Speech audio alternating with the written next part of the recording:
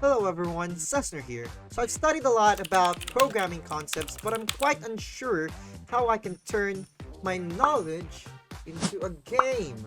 I've also came across this image on Facebook. Won't get better unless you get started. So I got an idea. Why not participate in a game jam? So a game jam is where different game developers make games from scratch under a set of rules. Here are some examples of game jams that will be hosted soon. The 10 Jam, Play Jam, Howdy's Jam for Charity, Scorespace Jam, Jam Boost. There are a lot more other game jams that occur annually, but I can't join those game jams because I'm not even a full-fledged indie game developer, and I haven't actually made a game yet that is not from a tutorial or something that I can call my own. Most importantly, so I got another idea. Why not just make my own game jam? It saves me from embarrassment of failing big jams. I can make my own rules. No, not that rule. This rules. And I get to apply what I learned. And after getting some experience, then I can join one of those big game jams. Big brain. A game jam needs a set of rules. So I made up this set of rules. Number 1. You're allowed to use free assets in the asset store or somewhere I can obtain them legally. Number 2. You're allowed to use free music in the asset store or somewhere I can obtain them legally. Number 3. The development of the game should always be recorded on stream. Numero 4. You only have 90 hours to make the game. Number 5. The game should at least be 5 levels. In order to start a game jam, we need a theme.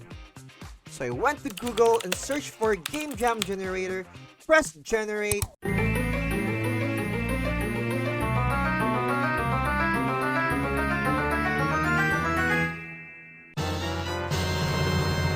add a small world. When I saw the theme, I was confused.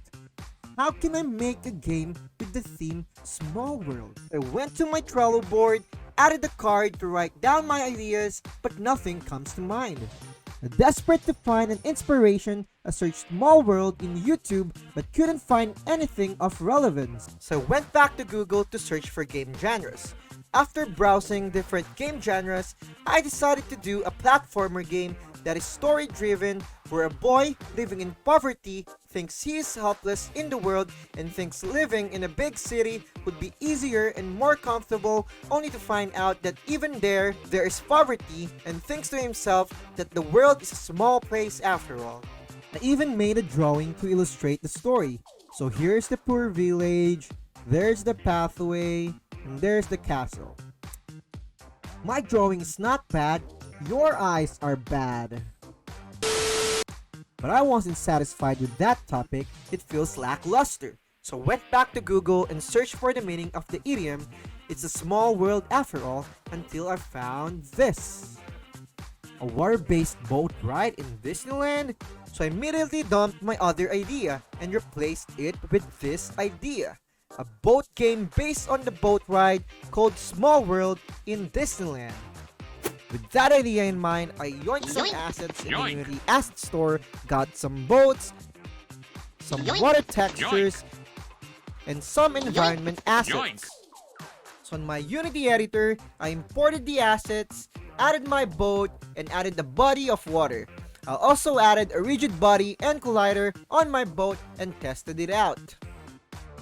And the boat sinks.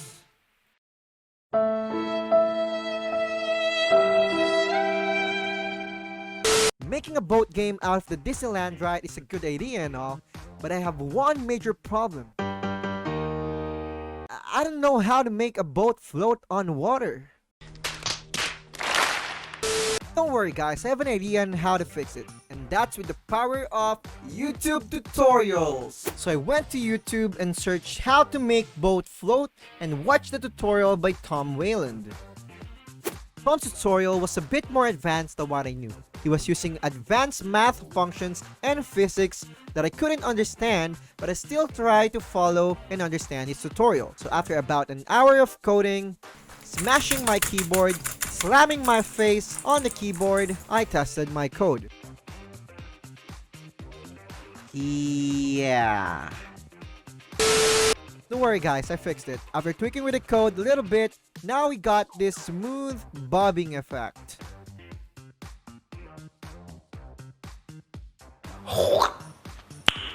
Nice.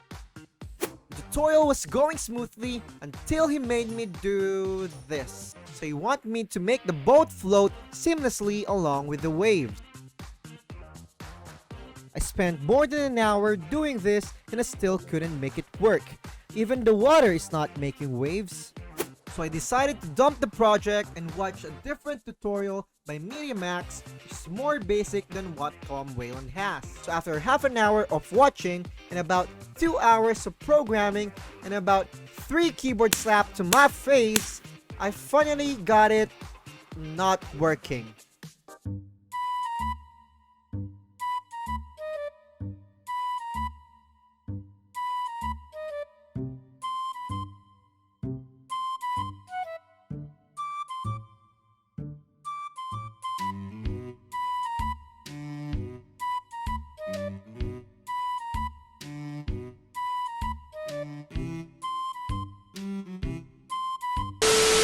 With all of these tutorials that I failed, I decided to just do everything myself without the floating effect and no tutorials, and eventually got my boat up and moving and even had a camera follow it.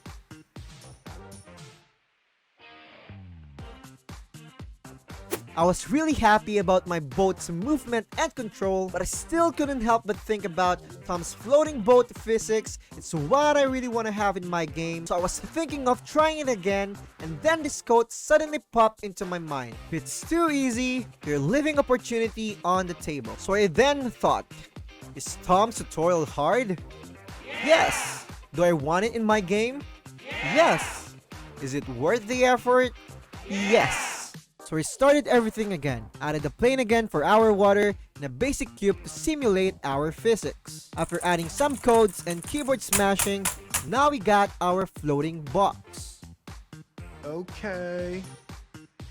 Doesn't stop there.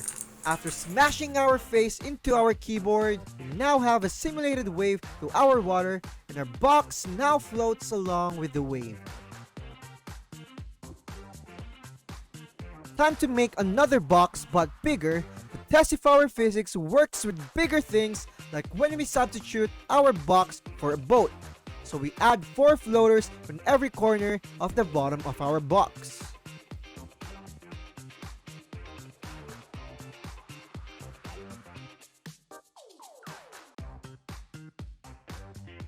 After adding the floater script to our floaters, it's now time to test our game.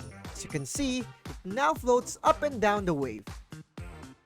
Last thing we need to do is to make the box float and rotate seamlessly along the wave. And after some intense programming, we now have this. Doesn't work properly for now, so we need to adjust the values for our water drag and angular drag again, and again, and again. And after almost an hour of adjusting the values, we now have a perfect floating physics for our game. It took us almost 5 hours just to do the physics for our game. We now have 85 hours left on our game jam timer. In our next video, we are gonna replace the box with our boat and add the player movement and maybe even add our environment.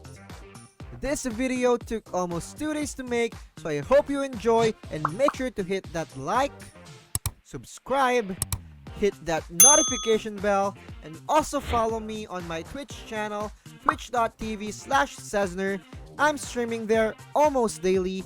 Thank you everyone for watching, and I hope to see you guys again in my future videos. See ya!